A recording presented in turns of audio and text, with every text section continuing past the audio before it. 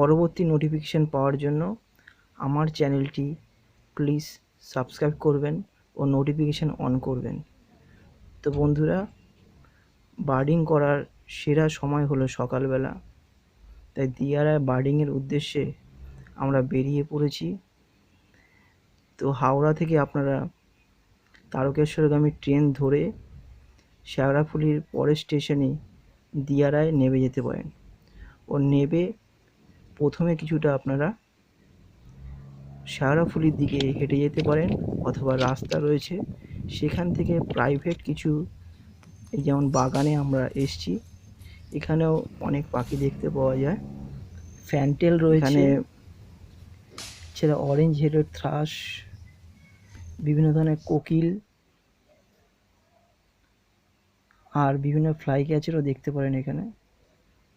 এই গাছগুলোতে ভালো করে লক্ষ্য করতে হয়। এবং এখানে ঘুরতে ঘুরতে আমরা রাস্তার ওপাশে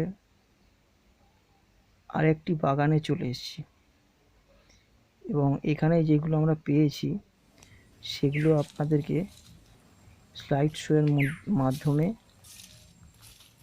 দেখানোর চেষ্টা করছি।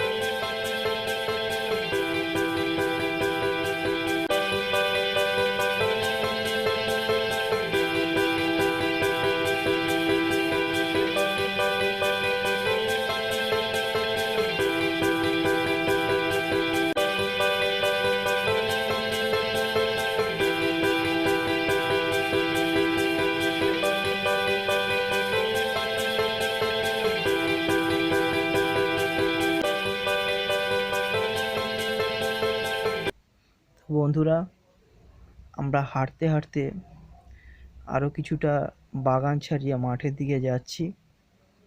এদিকে দেখতে পাচ্ছেন 6 মাস জল আর 6 মাস শুকনো থাকে। এখনও এই শীত সবে পড়েছে, তো মাঠে জল আছে, এখনও শুকোতে আর 1 মাসের মতো লাগতে পারে।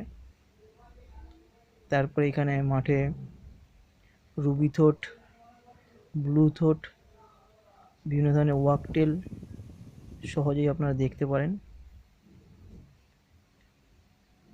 এখানে আমরা যেগুলো পেয়েছি সেগুলো স্লাইডের মাধ্যমে আপনাদেরকে দেখাবো। এবং আরও কিছুটা দূর আমরা হেঁটে এলাম। এই জায়গাটিতে আগে ঢোকা যেত, এখন ঢোকা যায় না। তো সহজেই এখানে রেড ওয়াটার ল্যাপিং দেখতে পারেন।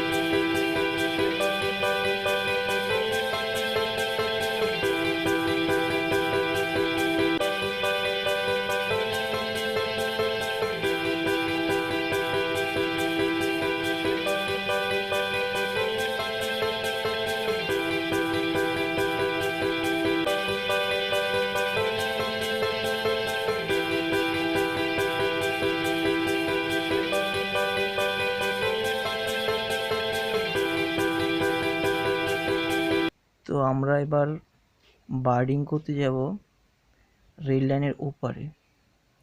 সেখানে যেতে হলে এই কারখানার গেটের মধ্যে দিয়ে যেতে হয়।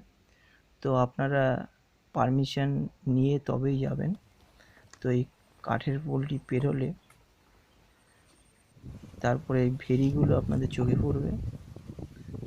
এখানে গ্রে হেরন রয়েছে, লিটল কর্মোরেন্ট,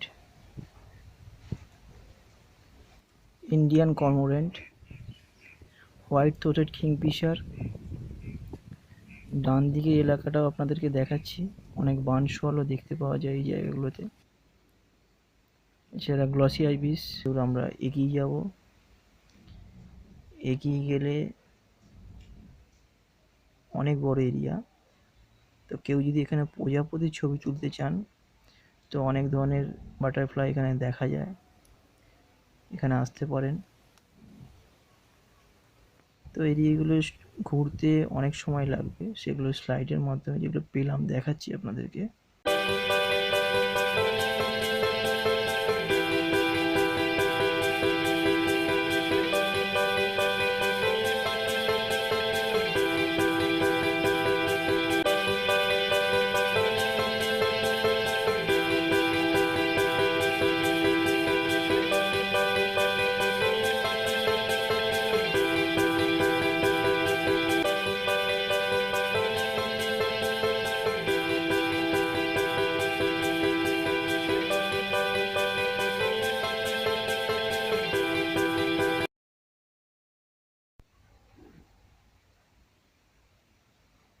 এবার আমাদের বাড়ি ফেরার পালা।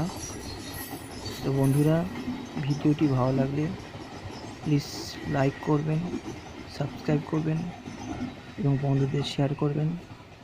সকলকে অনেক ধন্যবাদ।